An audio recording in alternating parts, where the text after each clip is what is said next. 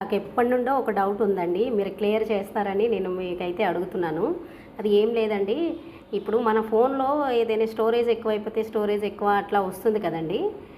ఏ videos తీయడానికి కానీ దేనికి కానీ అవ్వదు, స్టోరేజ్ ఫుల్ అయింది అనేసి.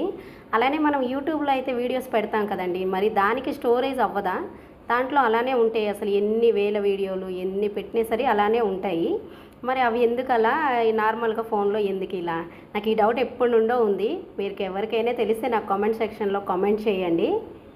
అలానే ఇది అయితే మొన్న సండే తీసిన వీడియో అండి. ఫ్రిడ్జ్ చాలా రోజుల నుంచి అసలు ఏం బాగాలేదు, క్లీన్ చేయాలనుకున్నాం, అవ్వలేదు. ఆ రోజు సండే రోజు మా ఇంట్లో అన్నదానం, మా వినాయకుడి దగ్గర అన్నదానం కదా, ఇక ఆ రోజు వంట పని ఏం లేదని ఇక మా వారి హెల్ప్ లేకుండా నేను ఏమీ చేయలేను కదండి. ఇక ఫ్రిడ్జ్ అయితే క్లీన్ చేసాం, ఇలా దేవుడి సామాన్లు అన్నీ ఉంటే క్లీన్ చేశాను. ఇది సండే చేసిన బ్లాగ్ అండి. లాస్ట్లో మా మనవరాలు మాటలు అయితే వినండి.